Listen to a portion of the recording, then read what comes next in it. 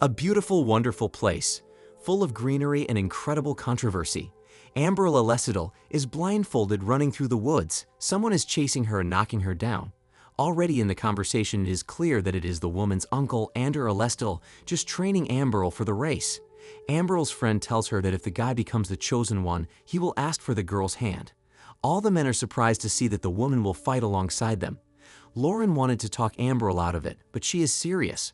Only the first 7 will be accepted into the order, and there are more than a dozen young men competing. Immediately after the horn, someone knocks Amberl down, but she doesn't give up. The competition is very fierce. You have to knock down your opponents to win.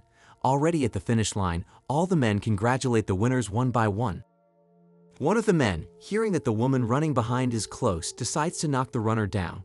Already when the last place is left, Amberl manages to pull herself together and defeat the unknown man who tried to run the girl down. Amberl comes in 7th, last. In the hall by the big tree, the bandages are removed from the winners and all the people realize that it is the girl princess. The king is also surprised. It even angers him, but he congratulates the winners and begins his speech.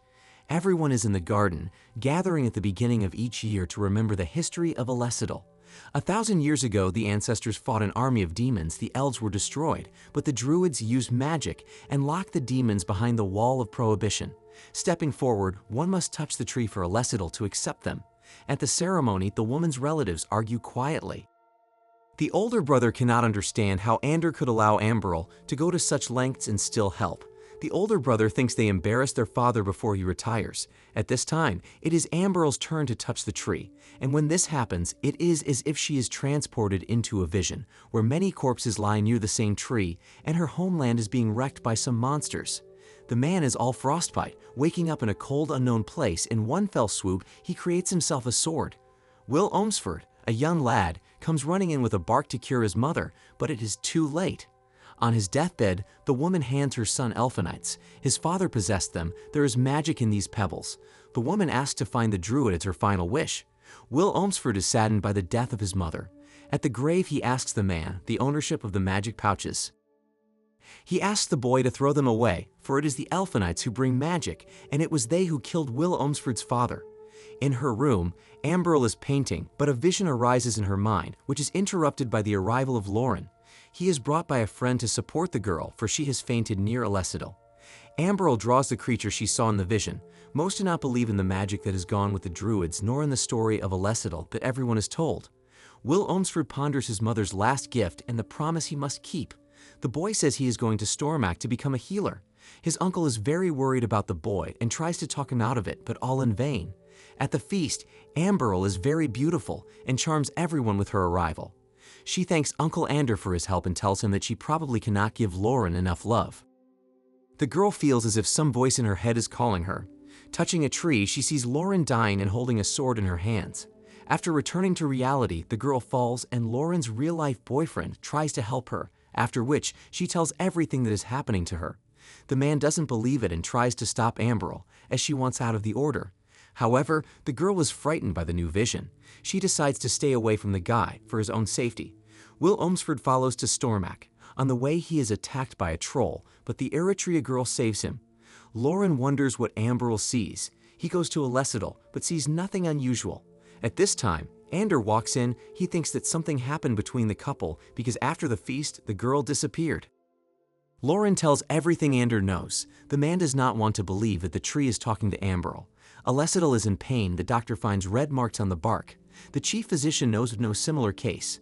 While a conversation is taking place between the king and his subjects, an unknown man walks into the hall. Alesidal is not just a symbolic tree, the stranger notes. Alanan, as the king calls the stranger, is the last druid not seen for 30 years. The king's sons do not believe in the existence of magic, but if the druid has come, terrible times have come. Will Omsford arrives at the girl's house. He looks rather unusual. The boy tells Eritrea all about the Elfinites, and she slips something to the boy. Moments later, Will Omsford falls asleep. Alanan tells him that Alesidal is dying and an army of elves must be gathered. Every leaf on the tree is a demon, and as soon as they begin to fall, the darkness will be revived. While the tree healer is trying to heal him, one of the leaves falls and lands on the ground and disappears as if incinerated. At this time, terrifying demon creatures begin to awaken. Will Olmsford awakens from the cut of Alanon's sword. The druid says he has to leave, but the girl has already disappeared.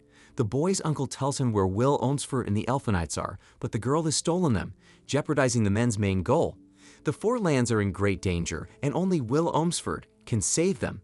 Alanon tells of the magic that flowed in the veins of the Olmsford family. At this time, leaves fall from Elessildal, and further leaves fall.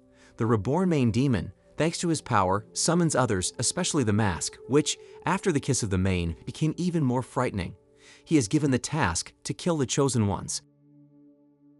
Ambril runs into Eretria in the woods. They lie to each other about who they really are. Eretria again tries to poison the girl, but Ambril understands everything and puts a dagger to the girl's neck. The princess is given away by an expensive seal. The girl was distracted by the call of the tree, and she flees. Alanon with Will arrived at the Druid fortress, but only ruins remain of it outside. Inside there is a codex that says how to save the land. Elessildal is worse, the king is confused, but that is not the worst part. Ander brings a drawing of a girl with a demon from a vision. It means the tree is really talking to her. The king decides to hide all the chosen ones in the castle. Mentor tells Alanon where he has hidden the codex. Will Olmsford does not believe and already wants to run away from it, but Alanon uses magic from the stone wall to retrieve the codex. Now Will Olmsford believes magic exists. Having opened the Codex of Baranon, it is written in Old Druid, when the last days of Elessildal come, a flower will blossom on a tree that will yield only one seed. One of the chosen ones must bring this seed to the orb and dip it into a spring of fiery blood, after which the seed can be returned to the gardens of life and Elessildal will be reborn. It seems very simple, but Alanon has traversed all four lands and has not found the amulet. Suddenly, the codex disappears and a demon stands before Alanon, Dagdamor, a druid who became interested in black magic and ruined himself. Soon the demon's army will be reborn, and one druid cannot save them, the demon believes. As long as Elessildal lives, all demons are weak.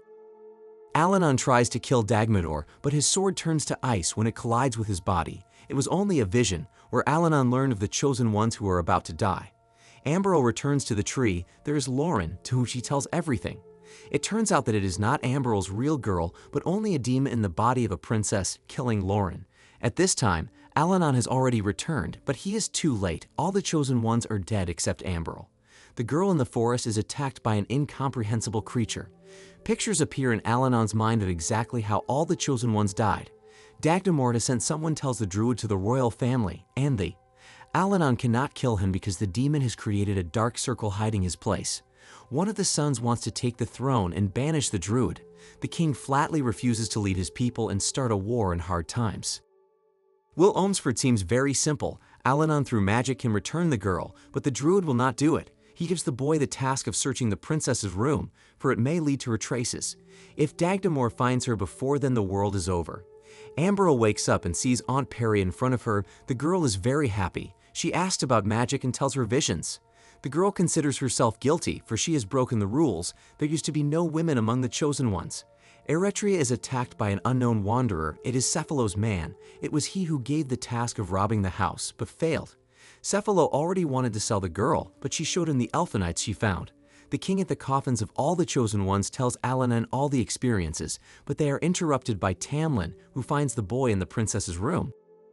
Will Olmsford informs them that the girls are most likely the king's sisters and Smog Wings. The king has a bad relationship with his sister, which is why the druid and Will Olmsford set out on their own to find the girl. The king is very fond of his dog, who is always with him, but there is already a demon in the dog's body. Cephalo considers the Elfenites of great value and gives Eretria a new task to find the elf she stole them from, and then the man will give her her freedom. On the way to Perry, the boy inquires about the relationship between the druid and the woman, but the boy is most interested in the real fate of his father. Will's uncle and father were brothers, and it was only thanks to them that the world was saved, as his father subdued the Elfenites and defeated a terrible evil. Magic must be paid for, which is why no one remembers the man, is the story Alanon told. The men arrive at Smatchwinnings. Perry is surprised to see Alanon as he was years ago. The druid sends the boys to the waterfall, while he himself stays with the woman and tells her where he has been. Perry is angry at Alanon. He did not say goodbye once long ago and left her. Ambril was swimming in the waterfall. When Will arrived, she was frightened and put her sword to the stranger's throat. The boy tries to explain everything to the girl. At this time, the leaves keep falling and new demons wake up. After Will's story, the girl only laughed at the guy. Alanon was talking to Perry when a fury flew up to her, which with a flap of its wing threw the druid away and tore the girl apart. Once the creature spotted Amberl, redirected its efforts to her, and Whale tries to sink the girl with all his might.